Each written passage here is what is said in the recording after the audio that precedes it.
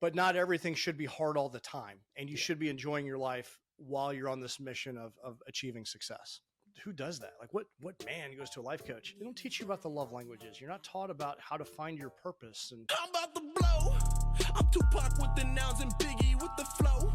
Big boy with the style and Andre with the fro. Thank you so much for being here, Jay. I just kind of want to just dive in, and I'll have you start with the story behind the Do Hard Things Nation. Like, what made you want to create this movement? No, great question. Honored to be here, by the way, Michael. Thank you. I see a problem. The problem is that there are a lot of high achieving people out there, and they often sacrifice their health, their relationship, and their own sense of purpose in their relentless pursuit of success. And the pressure of hustle culture, grind now so we can live later mentality. I used to be one of those people that really was like a cult follower, but it didn't serve me well in my life. I think there's components of it that can serve you well, but what happens to people is that pressure of grind now, live later leads to burnout. It can lead to feeling stuck, overwhelmed, unfulfilled, and that hustle becomes a habit, and then that lifestyle, and it can throw certain things out of balance. And so what I do is I help high achievers break free from the grind by working smarter, not harder. I guide them to elevate and manage their health and their energy, not just their physical well-being, but their emotional, spiritual well-being, overcome fear, take bold action, and, develop clarity and focus so they can lead with purpose. And my objective for people is to find a harmonious life, not sacrifice that now and so you can attain it later, because tomorrow's not promised, but where your life fuels your profit, not the other way around, where profit fuels your life.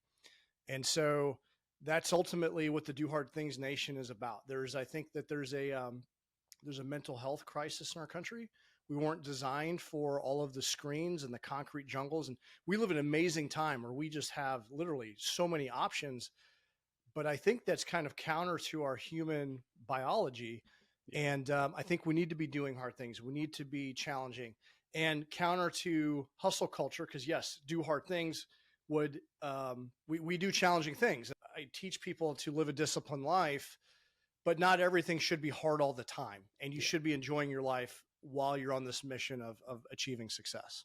Oh, 100%. It's like any professional athlete you look at, like they bust their ass in the gym. They do everything that they need to, but then they give themselves that rest period where they actually allow their bodies to kind of just build throughout that rest and get back to where they need to be in order to continue to push hard. Yeah. In fact, it's great that you say that. I was in a 75 hard group today, and someone mentioned that I'm doing 2-a-days. I'm grinding so hard. And they're like, they've got their Whoop strap, and it's like showing like a 1 out of 100. And they're like, we're going to keep pushing anyway.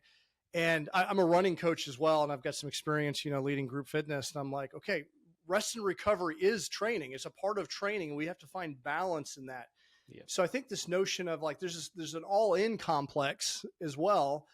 This pitfall of all-in success versus like practical and knowing how to find balance in this. And that's important to understand and know, because you can burn yourself out, and rest and recovery is training. It's not laziness. Yeah. That's where the gains come. Oh, 100%. So you kind of have like a unique journey from military service to adventure racing and coaching. What's been the most defining moment in really just uncovering your own purpose? That's a great question. And this is, I'm in the middle of writing a book right now, and I'm trying to clearly help people find their purpose. I've been at rock bottom in 2015. This was when I was about 20 years in my military career, feeling a little burned out. As you advance in the military, they have this cool thing where if you're a high performer, they just dump more on your plate. And with every level, it's like a tractor pull. Like as you're going on the tractor pull, the sled, it just gets harder and harder and harder. And you got to pull even harder. Yeah. I let some things get out of balance in my life. I was a really, really good soldier, but I was a little bit burned out. With we had a high op tempo from Afghanistan and Iraq. A lot of pressure there from 13 years of sustained combat.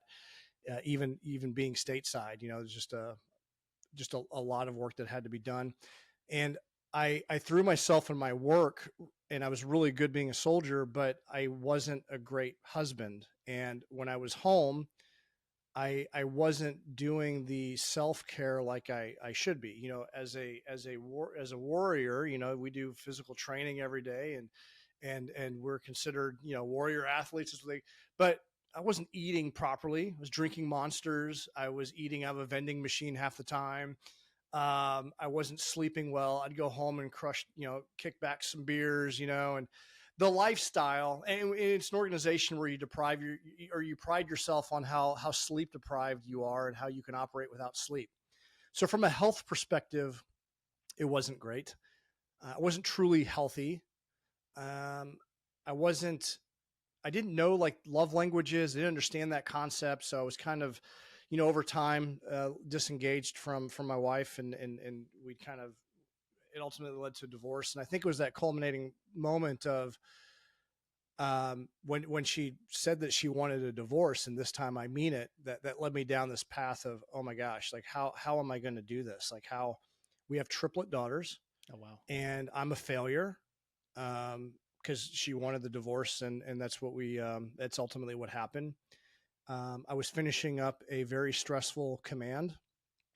I was the commander of the Engineer Basic Officer Leadership course at Fort Leonard Wood. I had my triplet daughters, and I'm like, this thought of notion of like, oh my gosh, what does this look like? Like financially, from my role as a military, officer, what does that look like? What does, the loneliness, I'm not going to see my kids every day. So I kind of went down in this, it kind of triggered this depression. Ultimately had depression, but I still had to perform at a high level during the day. Like I couldn't let anyone see that. So all that stoic philosophy, I was really stuffing away my emotions, but internally, like I wasn't dealing with it well. And I went down this path of suicide ideation. Like I really thought about tapping out, and I just knew that I couldn't. I just couldn't do that to my daughters. But I really had some dark thoughts of, what would it be like if I took my life? Like the pain would end. There's insurance money. My ex-wife would be better off. She could remarry, and they'd have maybe a better dad. And all of these, like, just, it was nonsensical. Yeah. And I'm like, okay, I'm not tapping out. The do hard things mantra has always been, it's been there since I was a kid. I'm like, okay, this is a pivotal moment in my life. This is the ultimate low point. I do hard things. How do I fight through this? And what I realized was that I needed a complete mental shift because this just wasn't working. And I relegated the fact that I probably needed to go see a therapist. And in that time, in that culture of the military, it's like that was a sign of weakness or perceived that way. It's not. It took ultimate strength. It was like a lot of courage to do that. But it also set me, the therapy was good, but then I also started looking at, I got a life coach, and I used to think life coaching was like a weird, like that was funny. That was something that who does that? Like what man goes to a life coach? That the ego, right? But it ultimately, I got involved in some men's groups. I learned a lot of it about positive psychology. I started reading for the first time in my life. That wasn't like required reading. So I read books like The Slight Edge and like really internalized like my own, like my habits and who I was hanging out with. And by engaging in these things, I quit drinking. I started hanging around other high performing people. It fundamentally changed my life. And I was able to figure out, my purpose through that. And it just fueled my desire to be better. And what I loved about my role in the military was that my favorite thing to do was coach, teach, and mentor. And I found this topic that's just not being taught well. I have a lot of education, but no one teaches you they don't teach you about the love languages. You're not taught about how to find your purpose and all these high performance habits. It was so life-changing to me that ultimately set me on this path of wanting to teach and help other people's. I don't want anyone to ever feel the feelings that I felt, the night that my wife told me she wanted a divorce, or even worse, the day that I had to tell my children that mommy and daddy were getting a divorce. And that thought of like, oh, maybe I should take my own life. Like, that's a horrible feeling. And there's people every day that are faced with that. Yep. And I just want to help serve and help people not do that. So that was kind of like the pivotal moment for me. And I've had a few moments in my life, but that was the one that really set me on this path of where I'm currently at. Yeah. How do you think like moments like that shape someone's ability to handle hard stuff?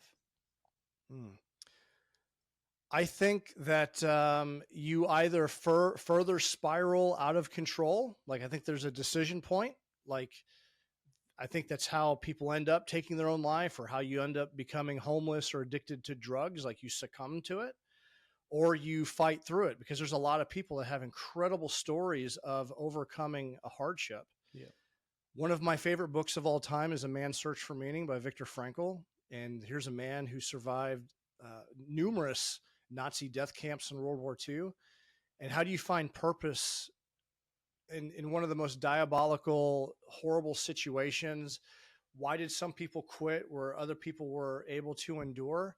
And it boils down to, finding your own purpose in life and being attuned to that. I think humans are incredibly resilient when they want to be, when they have a reason to live, and when they have a reason to be. And I think that one of the things that I've noticed is that every human that I've interacted on this planet has their own unique challenge or crucible or story. They have their own low point.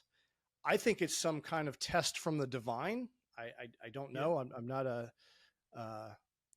I'm not a spiritual teacher, but I do feel I'm definitely connected to the higher power, and I do believe everyone has something, some type of crucible or cross they have to bear in their life, and it might be the ultimate test. I don't know, but I think in those moments where there are dark times and things happen, I think it's an opportunity to lean into it, find meaning in it, and act on it, or you can succumb to it.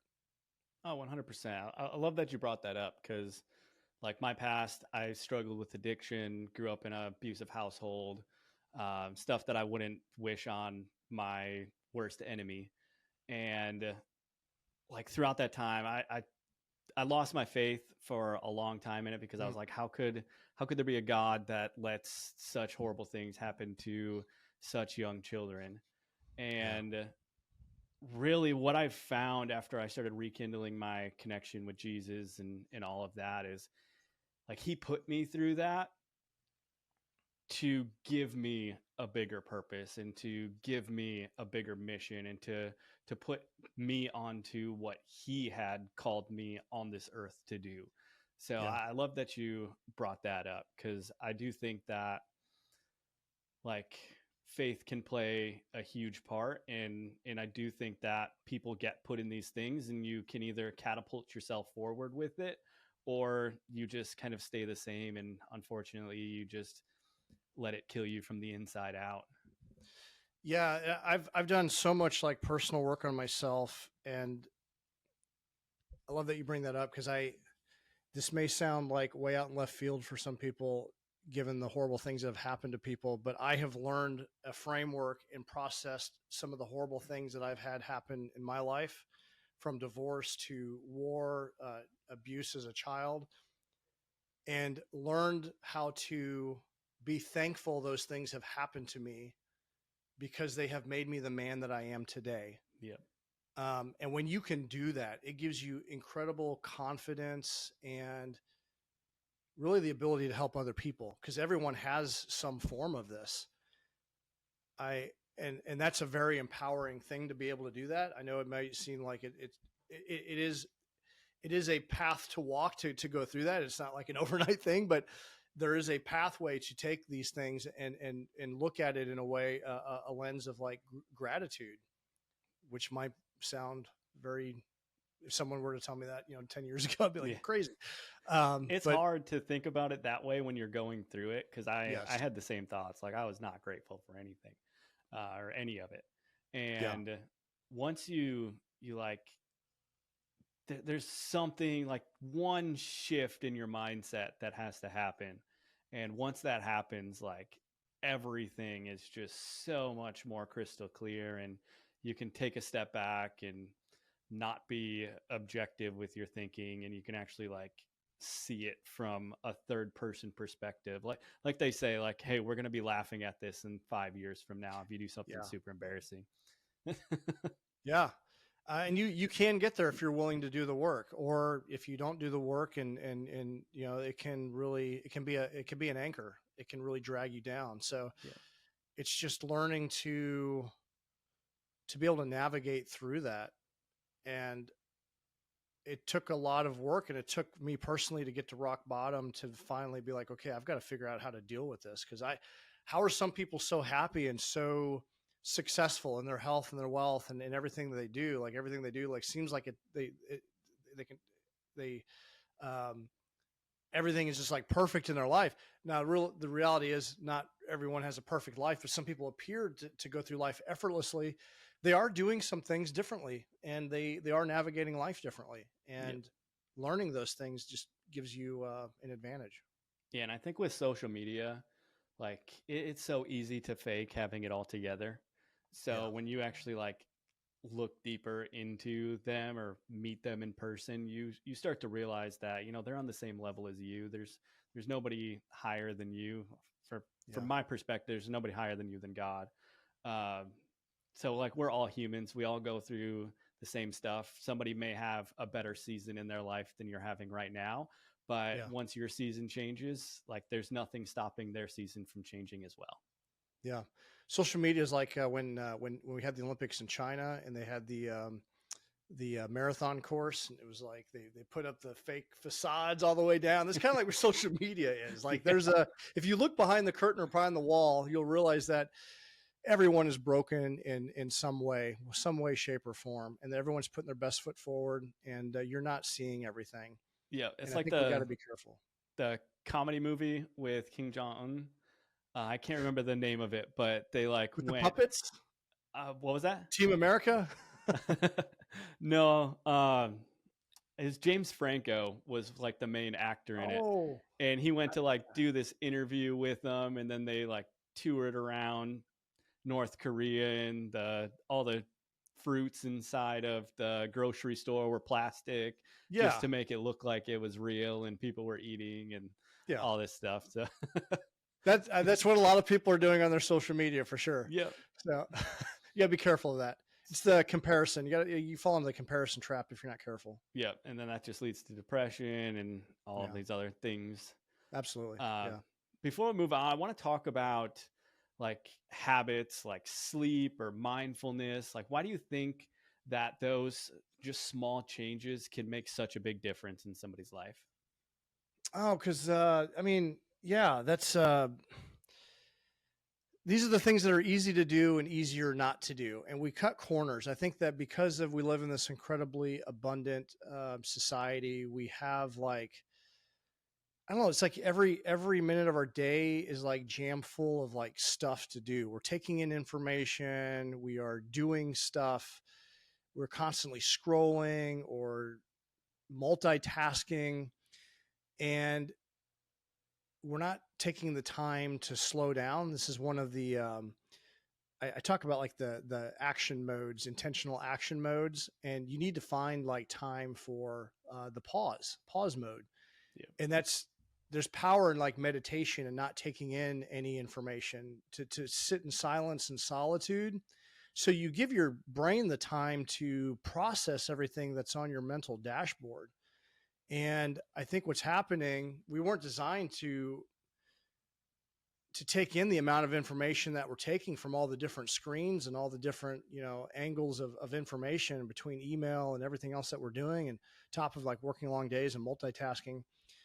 And I think just the simple habit of meditation was a challenge for me, but I've learned how to do it for me properly. And it's been an absolute game changer, because you give your mind the space to just process information. And that's where it's in those moments of silence and solitude where you get your divine downloads from God. Yep. I believe that. I think if you can slow down, like God doesn't speak to us like we're speaking right now. there's like symbology and there's feelings and there's like this, one mentor would call it like cosmic Google. It's like when you think of someone and then like a minute later they call you. Like there is some of this that's unexplainable that you can really tap into when you slow down and you and and and and get into that silence and solitude. When it comes to like sleep, I mean, sleep is so incredibly important because that's where you rebuild, that's where you recover. You go to the gym and you work hard and you break down the muscles, but it's through recovery and rest that you rebuild. It's also where you process your emotions. And when you get in that REM sleep cycle, if you had like a bad day or you're having like an issue with your wife or your girlfriend, or argument or something, and you have these emotions that you're feeling, that REM sleep cycle enables you to process those. So it keeps your mental dashboard clear. And that rest and recovery, the opportunity, radical self care, like making that a priority, used to be something I would cut corners on, and so many people do. Yeah. But I think it's been a game changer as far as the amount of energy and mental clarity and just how I feel in general, like from an emotional perspective and spiritually, because I'm connected. I feel like I get those downloads. Do you think because I know you said you didn't, it's kind of backing up a little bit. I think it's crazy that like your time in the military, you said you didn't sleep very much, which I feel like you guys should at least get 7 to 8 hours because you need to be like mentally focused when you're out there and doing what you need to do to, protect our country and stuff. So like, yeah, that just kind of blows my mind. Yeah, I think it's slowly becoming more accepted to sleep. But in the years that I was there, it was always like we would pride ourselves in how little sleep we got, especially when we're out in the field. We would, I think the longest that I stayed awake was like 82 hours or something like that. I mean, you get to the point where you start hallucinating and seeing shadow people and it's stuff. it's not good for you. No. It's, and I think overall you can do it when you're younger. You can operate that way, but you are robbing Peter to pay Paul in your life. And we now know that, science is it's indisputable that sleep is it's required. It's good for you, and it's unhealthy to cut corners on sleep. But that's just the culture of the military. When I was there, I'm assuming that they probably, I mean, you still, when you're doing field exercises, you train hard, to mimic those combat conditions. And what better way than being sleep deprived, being hungry. And so it's a part of being in the warrior culture. But even like during just the regular week, like, I mean, we'd have days where we'd have to be there for, a ruck march, at like 3:30 in the morning. And you maybe getting like 4 hours of sleep the night before. It's just not healthy. It's not good.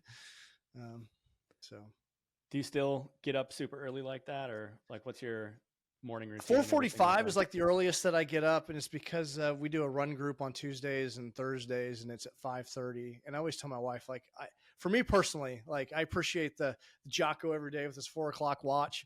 There's something about getting up before 5 a.m. for me that just like, it's not my favorite thing to do. But typically 4:45. Depends on the day of the week. Sometimes 6. I'm doing a challenge now where we're hosting the Do Hard Things 28, and you get points based on the amount of sleep that you get. One of the activities is sleep. So to get 8 hours in, it's forcing me to go to bed a little bit early, or in the mornings that I can maybe sleep a little bit later. But usually I'm up before 6. Weekends I might sleep in. Sundays I'll sleep in a little bit. Nice. Yeah. I used to get up at 4:30 and just kind of go into work, and then I'd work until 7, 8 p.m. And now I'm like, I have a daughter. She's 2. Luckily, she sleeps in a different room. And there was times where, I had to get up a little bit earlier than I wanted to. So now I just try to protect my sleep at all costs. No, it's good. No, that's good. Once you, I used to look at sleep like a hassle, right? It's like, I got to do 8 hours of my day. Like 1/3 of my day is dedicated to sleep. My wife has really helped me with she really appreciates sleep. So she tends to go to bed a little bit earlier. And my bedtime used to be like 11. Now it's like I'm in bed by usually like by 9:30. sometimes here lately with it being dark so early and this challenge I'm doing, we got the early mornings. I got to be in bed by like 8:30 at night. So, um, but yeah, it's one of those things that I abused for so long, and now I have a greater appreciation for. And I think that you can go sleep deprived for a while, but like I said, you're paying for that over time, and I don't think it's sustainable for the long haul. Yeah, especially as like business owners and entrepreneurs and stuff like that. Like we need to make really important decisions throughout the day. And Yeah, we can't do that if our mind's not where it needs to be. great book is 10x is easier than 2x, Yep. and Dr. Darren Hardy talks about the amount of vacation time and the importance of meditation and rest, because you need the cognitive ability to make decisions, make proper decisions. And so people that are, operating at the highest levels, like they take a lot of vacation time and they take Yep. a lot of just time away, unplugged in solitude and silence, to not take any more information in, because it enables you to make clearer decisions when you're well rested. And I think that we should all take if this is working for the highest performing people and like pro athletes, if you're training like an athlete, like don't cut corners on your rest and recovery. And that's it's hard to wrap your head around. It took me a long time to realize that, but now that I've made it a priority, like I feel so much better. I'm less stressed. My emotions are more in check. I feel like I make clearer decisions, and overall, like I just feel better every day. Love it. Yeah, no, it's super important. Yeah. One thing that you say a lot is that no one is coming to save you. How do Mm. you think people can start taking full responsibility for their lives? Yeah. No one is coming to save you. Like we are have this conversation recently about like with this false sense of security. Like if there's a bad guy in your house, like you can just pick up the phone and the police are going to be there. I'm grateful that we have law enforcement. I'm grateful that we have firefighters. But they're usually after whatever's happened. Like they're there to kind of clean up the mess and put up the tape and take the photos and inventory the crime scene. Right. You've got to be able to take care of yourself. And I think that, I think we need to be self-reliant. And that comes with your health, your wealth, whatever you can, like be prepared, like for natural disasters and things like that. Like the more self-reliant you can be, the more confidence that you'll have. I think we live in this world where we have a false sense of security, that we only have like, this isn't, if this were a video game, you only get one life. That's not, there's no power ups. There's no, what do you call that when you can't respawn, right? Yeah. So you've got to be self-reliant. And I really tell people, like, you need to train and think like a warrior. I'd rather be the warrior in the garden rather than the gardener in the war. And that just really means to be prepared. I'd rather be the warrior that's prepared, that's living in the gardener, versus the gardener that's woefully unprepared. And then when bad stuff happens, like, what am I going to do? And then you're relying on other people. And I think that we have this false sense of security, and we need to live our life where we are living life on offense. Yeah. We're prepared and we're self-reliant, because no one is coming to save you. And yeah, the only way that you can be prepared is to prepare, train, and get your affairs in order, and be the warrior in the garden. Yeah. Yeah, totally. I completely agree as well. That's actually one thing that I say. So that resonates a lot with me, because like I waited for so long going through addiction and everything there, and like nobody came to help me. I mean, my parents tried to help me as I was growing up and put me in treatment and stuff like that, but I wasn't ready.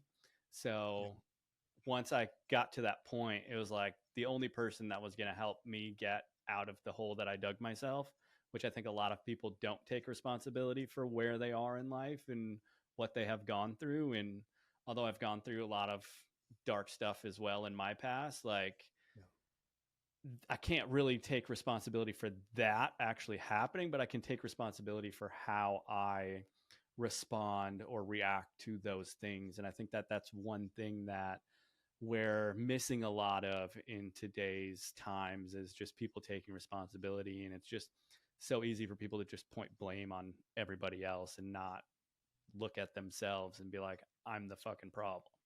Yeah. As you say that, what comes to mind is there's this parable of the lighthouse and the tugboat. Have you ever heard of it? No. The lighthouse and the tugboat have a similar role. They're to protect the ships in the harbor from the danger that's in the harbor, but they go about it in two different ways. The lighthouse, is up usually on a high point. It shines its brilliant light and it just signals out, danger, warning, warning to all the ships that are out in the harbor. It's up to the shipboat captains to acknowledge it and heed the warning or not. The lighthouse has no control over that. Sometimes these ships, they get into trouble, and the tugboat, which is also designed to help the ships in the harbor, they get dispatched. So they fire up its little engine. The little tugboats are usually smaller than the big ships that they pull in, and it'll fire itself up and it crashes and pushes itself out, into the bay, and it'll latch on to the ship and start to pull it into shore to safety. And sometimes the ship will get pulled into shore and the little tugboat will expend a lot of energy. You can only pull one at a time. Sometimes the ship runs aground anyway, and that tugboat's tied to it and it can pull it down with it, into the harbor. Yeah. And so the parable and the notion is like, how do you best help people? The best way to do it is be a shining example and be the lighthouse. You're going to see ships that are going to go down, but if you stop what you're doing to go help the ship, you can't send your signal to everyone else. Tugboat can only save one person at a time. And it's going to require a lot of energy and effort. And sometimes they're going to, if you ever try to save someone from drowning, they can drown you right down there with them. So as you say that, I'm thinking about, being the best way to maneuver through this world is to adopt the role model mindset and just live by example and just be that beacon of light for others. That's the best way that you can help people. And it's up to the individuals, like when they're hurting or drowning, like to heed the warning or not. And it can be tough because sometimes you have to watch people drown and that's horrible, but you're going to help a lot more people by just being a role model. I love it. It's like being on a plane. Like they always say, put your mask on first. Yeah, absolutely. So you've helped a lot of people craft these purpose statements. Like, why is it so important to figure out your purpose, and how can someone get started crafting their own purpose statement? Yeah, no, that's great. That I have a framework that I've been working on for myself because I wanted to determine, what was my purpose. And I think when I was at some of my low points in life, and as I've worked with people as a performance coach, what happens is that people get their role mixed up with their purpose. And this happened to me when I actually retired from the military and I hung up the uniform. I was like, I'm excited about, I get to live my life and I don't have to ask permission to leave the state and I don't have to get up early in the morning and go work out. There's a lot of things I loved about the military, but there's a lot of things I didn't. And I was just like, I'm free. But then after a while, I was like, man, there's something missing here. Like I miss the camaraderie of the team. I really miss being a part of a mission and a purpose that's beyond just myself. And that's I started getting like really down. I'm like, well, who am I? Like, what am I doing? I'm not Major Tiegs anymore. Like, who am I?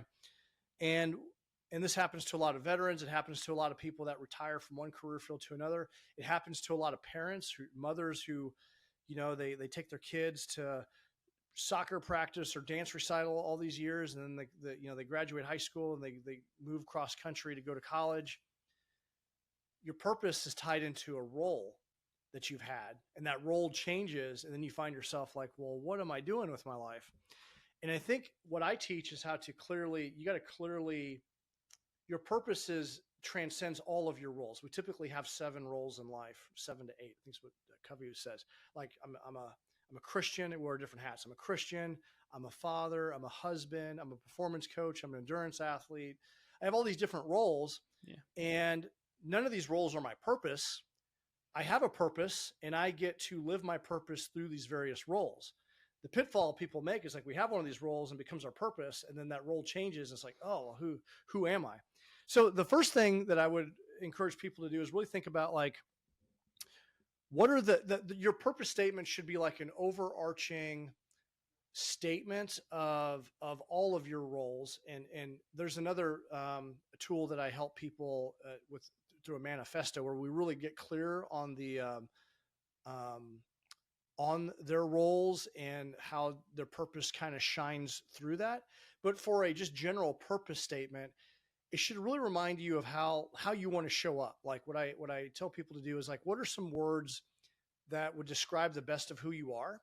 Like as you are at the end of life, when we have the tombstone and you get like a little space and you get, they chisel in the words on the tombstone.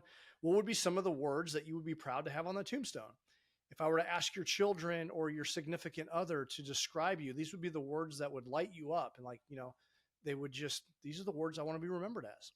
Your purpose statement should include that.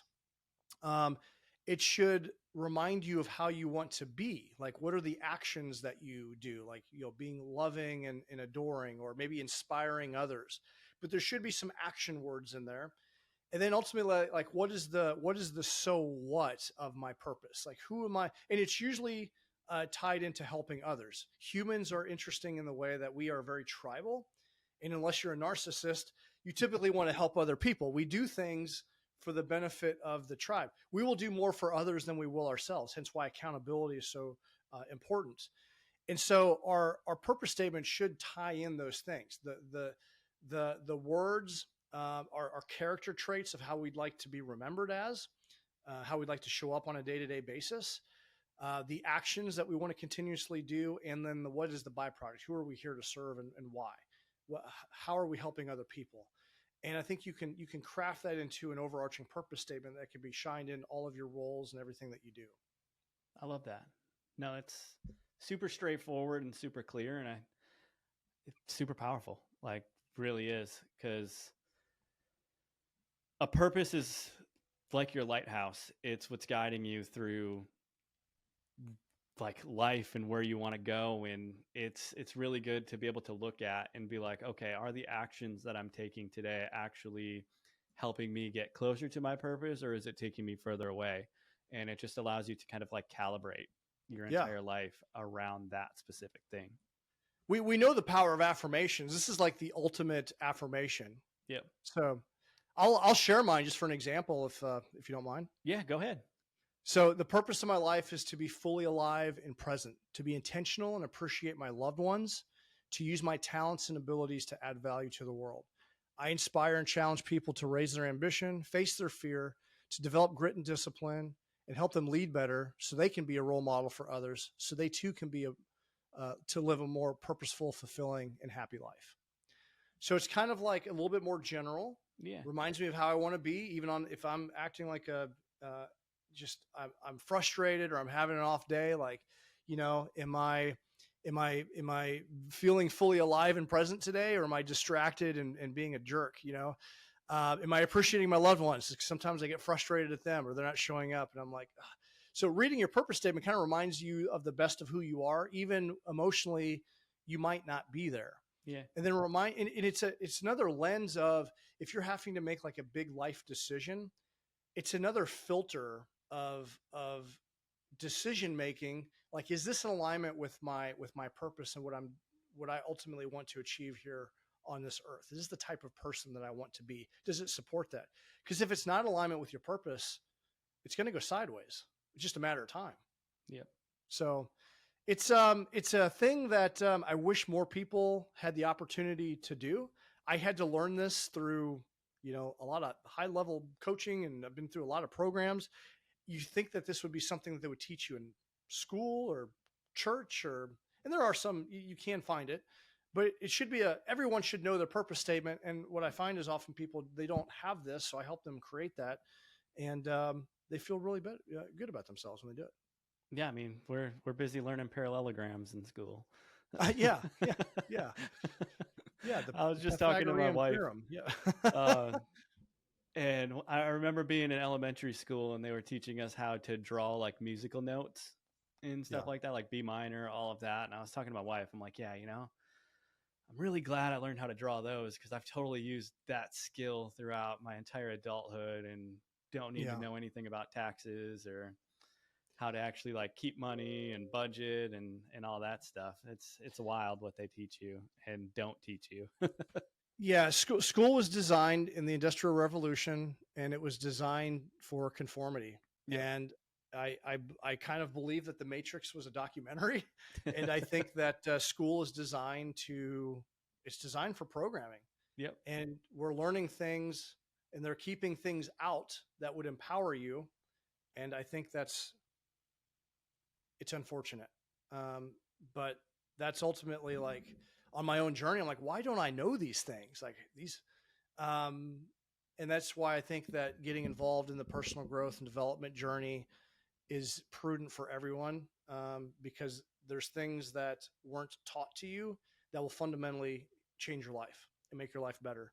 And it's simple things like, I wouldn't say it's simple because the purpose statement took me a long time to kind of craft, but going through the exercise and being in touch with it, it's made me feel so much better about who I am, more confident in myself. And when I teach people how to do this, like you can just, the light bulb comes on, you can see like, wow, I get a sense of who I am. And the purpose statement's not a one and done. It's like a living, breathing document that you're constantly refining.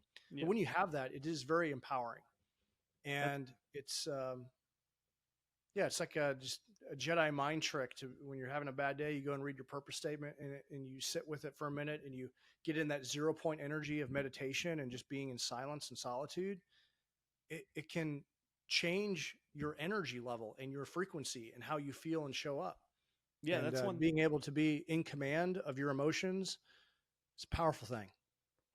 Love it. Yeah, because the one thing that I was going to bring up is, you already said it by like you kind of reiterate it as you go on, because like even sitting down writing goals at the beginning of the year, it's wild how much that I change as a person and what my desires and everything change throughout the year, that what I actually want halfway through the year is completely different than what I wrote at the beginning. So it's allowing yourself to kind of have that leniency to like continue to reiterate it and make it better and more powerful as you go on. It's like anything in life. You're not going to have anything perfect right away. And if you don't allow yourself to have those changes, then you're just going to continue to stay in that same spot and you're not going to evolve. Yeah, I think that every season, every 90 days, like there's a lot that happens every 90 days. And I like to plan. There's a great book called The 12-Week Year. So I use that format for planning. So like you look at your year, like in 12-week increments, essentially, because so much can change every 90 days. There's usually a significant emotional event that happens in your life. You're in, look, you have a different season. Like with every season, I live in Missouri, so we get all 4 seasons. Like winter is different than spring. Spring is different than summer. Summer is different than fall. And so much can happen in that short amount of time. And a year is the years go by quick, but they're also really long. It's kind of it's interesting how that happens. But I just encourage people to try to plan in 12-week increments and stay fully committed and focused on their plan, and then reevaluate every quarter. And it's amazing how much you can get done in a short amount of time when you're focused. Yeah. Also, it's amazing how much you can get accomplished in a year and how much can change in a year. Yeah, no, I completely agree. I know you emphasize how important like accountability is, whether it's fasting or pushing through tough challenges like 100-mile runs and stuff like that. Like what role does community play in helping people succeed? Yeah, community, as humans, I think that's what we're biologically wired to be in communities, and we're very tribal. I think we're very much in the animal kingdom. We're very similar to like ants or bees. Like we have a role I think as a human, like we were designed to create, and we're designed to create for the good of the community. Yeah. And when you try to go at it alone, the lone wolf mentality, I don't know, times are going to get hard and you need someone to kind of lean on. And having community, like I said, we have this thing where we will do more for others than we will ourselves. So when you commit to going to the gym and you have an accountability partner that's going to meet you there, and you're having an off morning, well, you know that they're going to be waiting. You feel bad about that. You're going to go for them. So you don't let them down. And so I think there's a psychological aspect of that, of being connected with others. When I just recently led a 72-hour fast, and we had 9 people, and 7 had never went more than 24 hours. And the power of community enabled everyone to make it to 72. There were a couple people I learned after the fact that were kind of cross talking, like, how are you feeling? Do you think you're going to tap out at 48? Like, they didn't want to be the first one to tap out. So they're kind of feeling each other out. But as everyone was like, after the hours were ticking off and we were hitting these milestones, like, it became apparent, like, I think everyone's going to hit the 72 hours. But there was a thought that people had, like, I want to tap out, but I don't want to be the one. I don't want to be the first one. Yeah. And that first one probably would have gave permission to the second and the third, but everyone stuck together, and the tribe made it across the line together.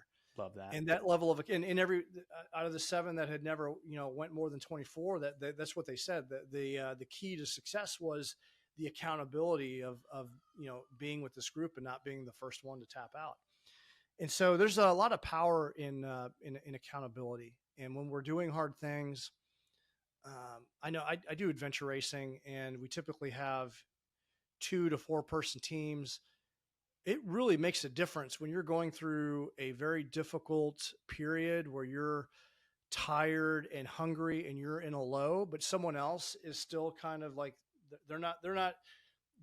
they haven't hit the wall. They can kind of pick you up and maybe carry some of your gear and kind of encourage you.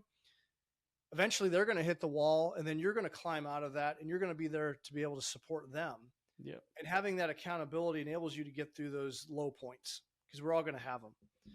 When you go by it by yourself, you got no one, then your mind starts going way out in left field. And then you get the inner voice whispering in your ear to lower self, or what Goggins would say, your inner bitch voice to, maybe you should be comfortable. Maybe you should just quit, and that can feel very appealing. And when you have no one else you're accountable to, you can tap out. It's easier to tap out. So having accountability is fundamental. And that's one of the things I really appreciate about the military. Like, everything was a team sport. Yeah. Even basic training, like from day one, you always have a battle buddy. You always have someone that you're connected with and accountable to. And so teamwork is I think it's critical to success. I think we need to be connected in some way, shape, or form. No, I love that, because like I grew up playing sports and stuff like that, and being on a team sport is extremely powerful, because you do get that camaraderie, and like you just kind of help each other level each other up.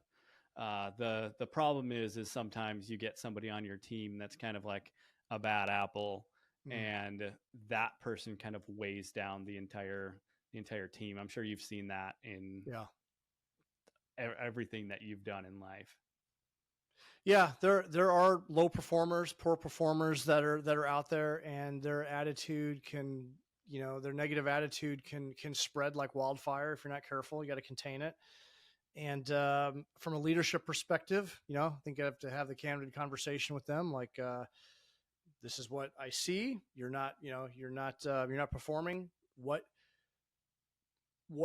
let's co-author a plan to get to where we need to be, or maybe we need to part ways. And that's a tough conversation that we need to have as leaders sometimes. But it does happen sometimes. And yeah. No, I've been there. Yeah. I've also been the person that wasn't holding my own on the team as well. And sometimes that happens. Yeah. So you've done a lot of crazy physical challenges, like the Ozark Expedition and I believe the USMC 50K. Yeah, I've done that one. I've done a lot of different races. I've done the Missouri River 340. I've done the Dirty Kansas 200. Those are probably the bigger races I've done. It's a 200-mile bike race in Kansas. Oh, wow. And then the MR 340 is the world's longest nonstop paddle race. It's basically from Kansas City to St. Louis via canoe or kayak. Wow. I've done a lot of adventure races and a lot of endurance running, and I like to suffer. Oh, what are some of the lessons from those experiences that you kind of carry over into your everyday life? Yeah, this started off as like just simply running a 5K in cross country in high school. And that's kind of where the mantra "do hard things" came from. I came from a broken home, and I had a high school teacher invite me to cross country practice. And I was a paper boy in Clarksville, Missouri. And Clarksville, Missouri is the highest point in the Mississippi River. And I literally would ride my bike and deliver papers Monday through Saturday, all 4 seasons. And because it's the highest point in the Mississippi River, I would ride my bike every day up this huge hill. I was really pretty fit as a kid, and so I got to know one of my cross country coach was also a history teacher, and he was on my paper route. He kind of took interest in me, knew that I had a kind of a rough upbringing, and he also knew I was fit. He was looking to stack the team. He was like, "Man, you ride your bike like this every day? Like, why don't you try out for the cross country team?" And I did really well. And for the first time in my life, like I had a mentor in my life that actually like really like cared about me. I was with on a team like of others, because cross country is a team sport. And they were some of the cooler kids. I was kind of a nerdy, dorky, poor kid, so I actually kind of fit in for once. And it was like by doing this hard thing, because cross country racing was really hard, especially when you push yourself. Like I found success in that, and that success motivated me to graduate, to stay out of trouble and graduate high school, because I probably could have very easily gotten in trouble. And I saw the military as a way. I was always inspired by the military. Like there's a structure there. There's like, purpose. There's, you get challenged, you get an education, you get all of these things. I'm like, man, if I could just get over there, maybe I could make something out of myself. And so that I did that. I joined the military, and I just continued, physical fitness is part of the daily activity, but I continue to push the limits on like my own, like with racing. Like I'd sign up for a mountain bike race, dabble with a triathlon. I would go to run a marathon, and I would just see how far I could push my mind and my body with each one of these endeavors. And I've just been doing it ever since. And what I have learned about myself is that there's nothing I can't do. Like I have such confidence, because I know what I'm capable of physically, mentally. It's also a great way to connect spiritually, because when you want to quit and you have those talks with God, like, what am I doing here? I'm asking for strength, you really strip away, like you're only focused at the task at hand, and you really strip away everything. And it's just you versus the finish line and getting there. And what I've learned is that, the human body is resilient, and in every race, it's all about the 6 inches between your ears. That's the hardest distance to master. And if you can master this, you can master anything. And I feel like I've been able to do that. And I feel like it bleeds over into your day-to-day life.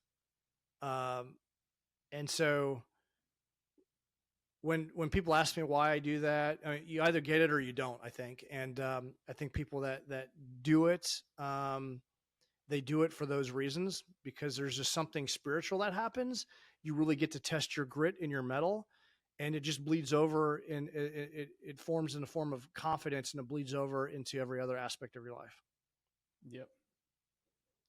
So doing those hard things, like I that mantra, like I do hard things. I can suffer through this. I can make it through this. I've done harder things before. I can make it through this. And I continue to push myself, and see if I can push it even further and further. And yeah, it's pretty awesome. Between like writing a book, doing all these hard things, the races, like all of that, like how do you stay balanced? Family, all of that. Yeah, well, there's the do hard things framework, and I talk about the different time zones. So do hard things are kind of broken up as reminders to me of, like, when we do things, there's certain actions that we take, and there are various modes. And I talk about the importance of pause mode.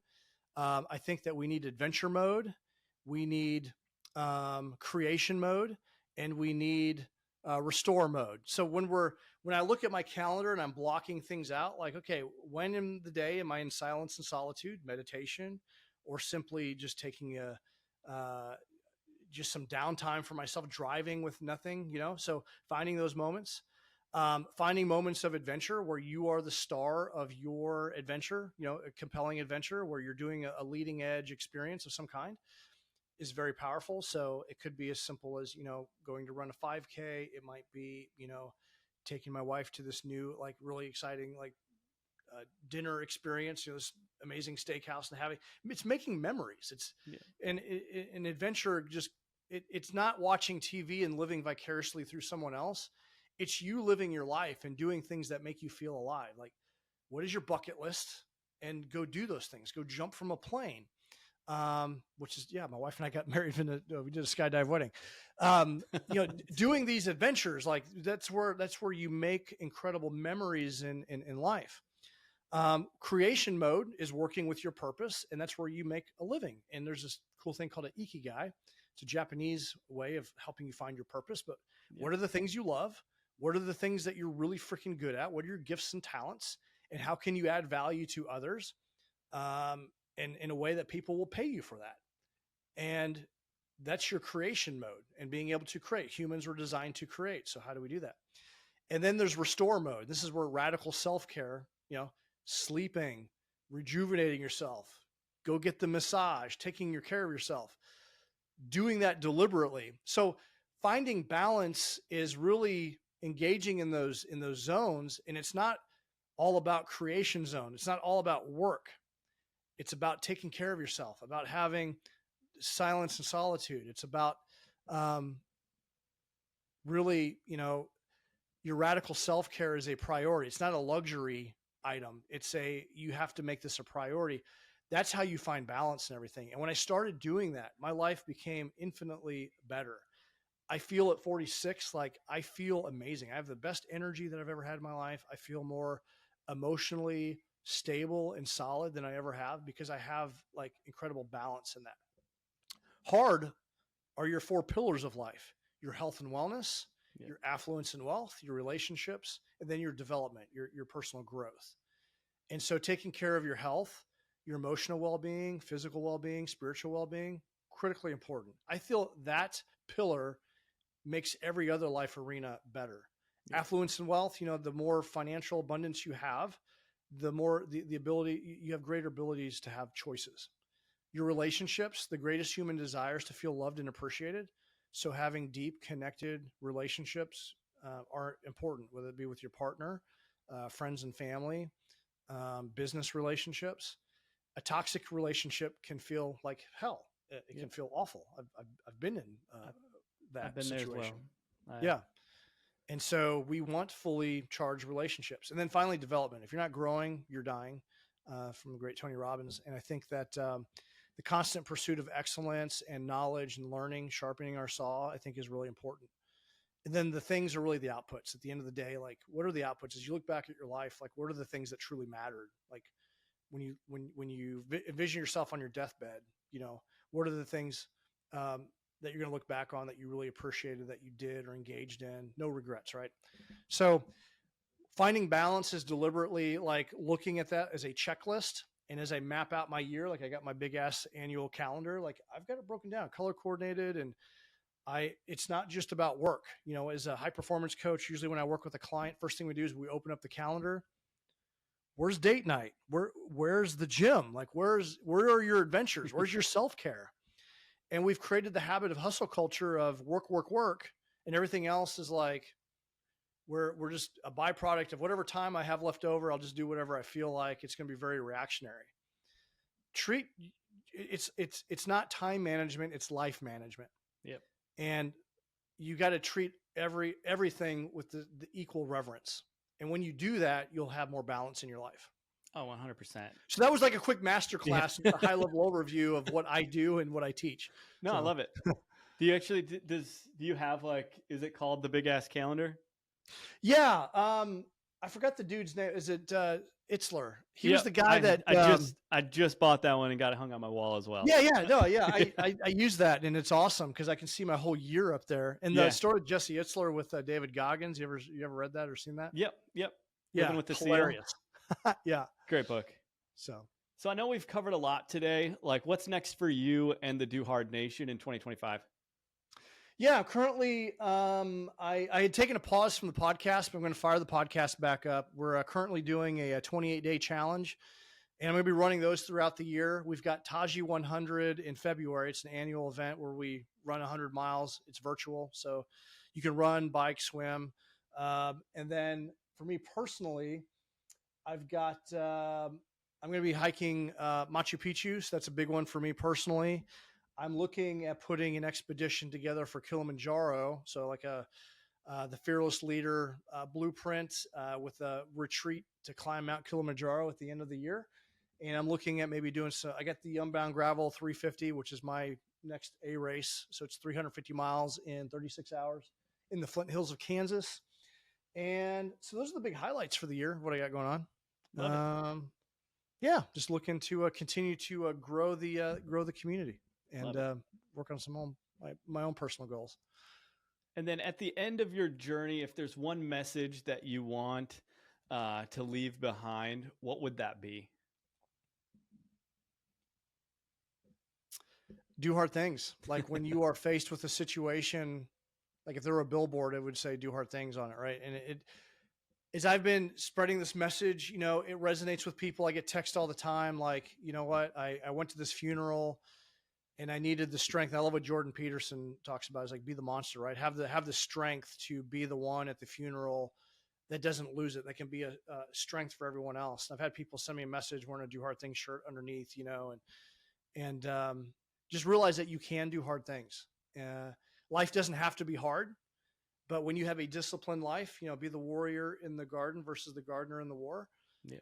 When you live a disciplined life and you do hard things and you're comfortable with the uncomfortable, your life is easier. Life is hard. It can be hard. It doesn't have to be. It is easier if you're doing hard things and you're comfortable with discomfort. Love it.